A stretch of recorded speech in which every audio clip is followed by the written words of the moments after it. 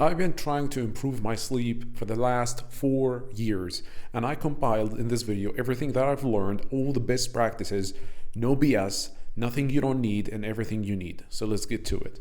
So the first one is food. In order for you to be able to sleep well, you can't eat just before you sleep because your body needs to digest all the food that you ate, and all the focus will be in your stomach. So you will have a very difficult time to actually sleep if you ate very late. So what you need to do is that you need to eat at least 2 to 3 hours before you go to sleep. That's the most important thing. Now, the second one is sleeping time, and this goes with the food. So you need to have a schedule. You need to be disciplined with your sleep, because sleep is the most important habit you can build ever. Because we spend more than 25% of our lifetime sleeping. So it's very beneficial for us to really master how we sleep well. So for sleep time, you need to have a specific time for going to bed, time or bedtime, whatever. That way, you know when you should be eating food. So for example, if you sleep at 11 p.m., then you should be eating at 7 or 8 p.m. max. That way, your body will be able to digest all the food before you go to sleep. And another note about food is that you don't have to eat a big meal, especially junk food. Don't eat junk food. Junk food is a massive bad habit that if you have it, you need to stop it. I have other videos on how to stop these type of bad habits. But for now, let's focus on sleep. So you need to make sure that if you're gonna eat dinner, eat healthy food and eat it 2 to 3 hours before you go to sleep. Now, it's very important for you to understand that if you go hang out with your friends every day or two, like multiple times a week, and you guys usually, when you're out, you go to a restaurant, you go to somewhere to eat, you need to stop that. Not stop going out with them, but you need to either eat home and then go out with them, or once you come back, you eat from your house. This is going to be difficult because we're social animals. We like to do everything together. If our friends are going to the restaurant, we would want to go out with them. We want to eat with them. But your future and your goals are more important. And if you want to succeed and if you want to achieve the things that almost no one can achieve, then you have to sacrifice a lot of things. This is one of them. Unless your friends like to eat healthy food. So sleep time. You need to know exactly when you go to sleep. For example, let's say it's 11 p.m. Okay? So that you know you should be eating food between 7 and 8 p.m. so that your body has enough time to digest. Now, a lot of people say that you should also wake up at the same time. I say no to that, because we as humans, we've been living on this planet for the last 150 to 200,000 years. And when the hell did we invent the alarm? When the hell did we invent the alarm? 50 years ago? 100 years ago? If we invented, let me just put it here. If we invented the alarm 100 years ago, and we've been living on this planet, let's say for 200,000 years ago, this is like 0.05%, I think, of our lifetime. I don't know, maybe the math is not correct, but it's nothing. So what I'm trying to say here is our bodies, our brains are not adapted to being wakened up by a sound every single day at the same time every single day.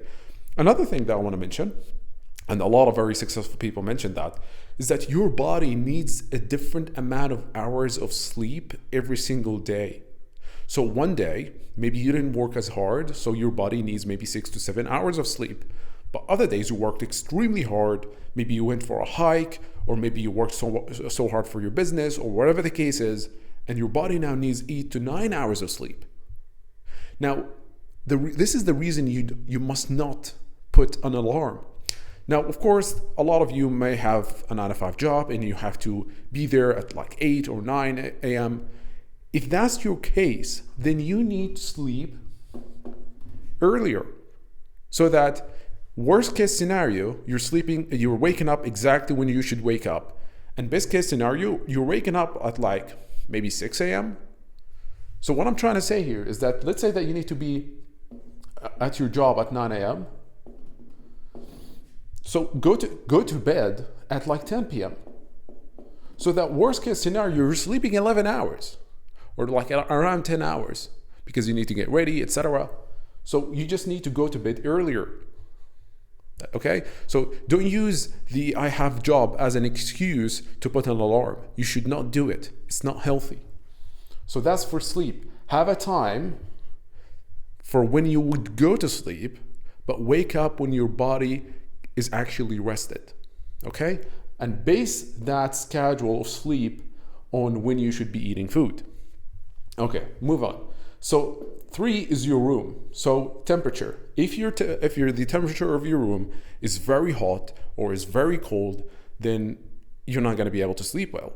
So I highly recommend that you buy an AC. I have an AC right here. To be honest, it's the best investment I've ever bought. It's better than any course. It's better than my MacBook. It's better than the camera. It's better than the whiteboard. It's better than anything. Because again, as I mentioned at the beginning of the video, sleep is the most important habit that you need to have. It's the most important thing. And just having really good sleep will massively benefit you with being more focused in work, with being more productive, etc. Okay? So temperature, we'll buy an AC. If you can't afford one because it's a little expensive, if you can't afford one, then there is something called the bed jet. This is basically something that you put under your blanket and it cools down or heats up the temperature under the blanket that you have. You can look it up. Okay, the next one is light. Your room needs to be pitch dark when you go to sleep. If there's just one microwave of light in your room, then it's gonna hinder your ability to sleep. And some of you will say, oh, it's fine, I can sleep well. You will sleep better if there's not a single wave of light in your room. Promise me in that. I tried it, I experimented with a lot of things, and this was the best thing, or one of the best things that I've experimented with. And sound, of course. How the hell are you gonna sleep if there's so much sound? Now, if you live in the middle of the city and there's a lot of car sounds in the night, all of that, then invest in better windows, double glazed, maybe something even better, foam sounds, like the things that they put in studios to decrease the sound level. You can invest in those to decrease the sound, because the less sound, the better. So that's the room. And another tip for room is that try to not work in the same room that you would sleep in. This is especially for young entrepreneurs, you guys that you're just starting out. Maybe you don't have multiple rooms, you're working in your bedroom. That's fine, but if you want to like sleep max it, then you need to find another room to sleep. So screens. We all have computers, we all have phones, and the blue light on from the screen will hinder our ability to sleep, especially fluorescent light. So most of us in our rooms, we have fluorescent light, which is this bright, very bright white light. Now the problem with those light, the fluorescent light, and the problem with screens like the phone and the computer screens is that they emit blue light. Now the sun, let me explain to you like a bit of science here. So the sun emits blue light. Okay, blue light. And the thing is, our bodies, because we've been living on the planet for around 200,000 years, our body adapted to when the sun goes down and there's no blue light anymore, our body start not emitting outside, but it start creating like some sort of chemicals in our brain and our body to prepare us for sleep. Okay, it's like a trigger and action. Okay, so the trigger is the sun setting down, is going down, and the action is our body creating chemicals to allow us to prepare for sleep. Now the problem is that when the sun goes down, we're still using our phone. We have the fluorescent light turned on. We're using our computer. So I'm not telling you that to stop using your phone or your computer when the sun goes down. What I'm saying here is that you need to limit the number of hours that you use screens when the sun goes down, and you need to start using blue light filters. For example, on your computer and in your phone, you can turn on, for example, in iPhone, there's the night shift mode that makes the screen a bit of like a little yellowish.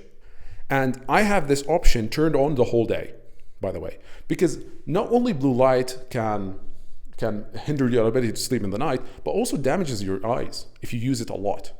So I have the night shift on my iPhone and my MacBook. I have that all the time, like all the time.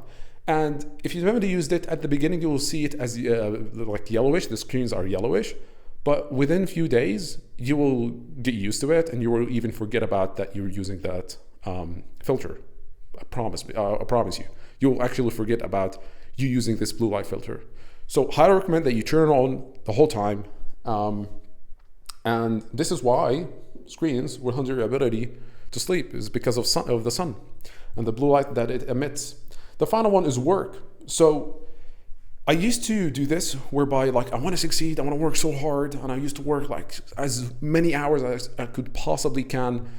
And the problem with this is that if you sleep, let's say that you sleep at 11 p.m.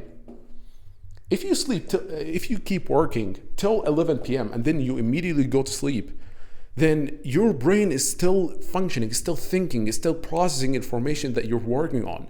So this will increase the amount of time that takes you to actually fall asleep. Okay? So what I highly recommend is that, let's say that you sleep at 11 p.m. Okay? Finish work right before you eat.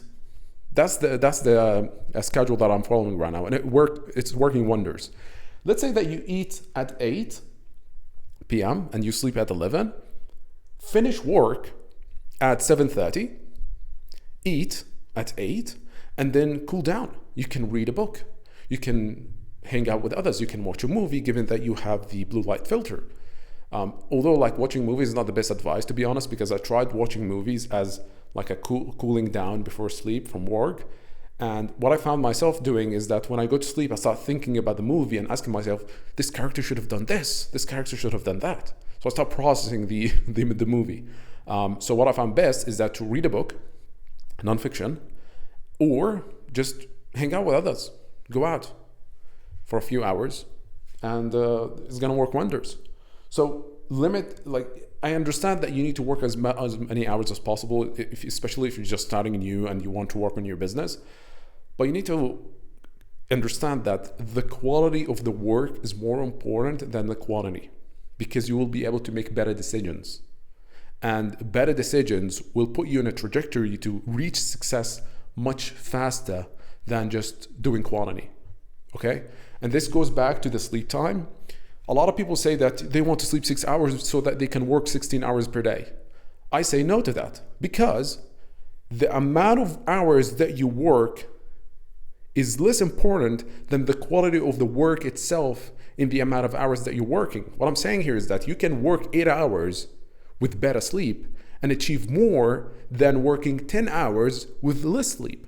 And again, I experimented with that. So sleeping more so that you can work better is more important and more beneficial. So one last thing that I want to mention, that I got a number of comments from one of the reels that I posted on Instagram, is that what if I wake up in the middle of the night? Or what if I keep waking up before the sun goes out? What I found, I used to do this. What I found is that I usually, when I wake up, I wanted to go to the bathroom. And the reason I wanted to go to the bathroom is because I drank a lot of water before I went to sleep. So my body wants to go to the bathroom for that.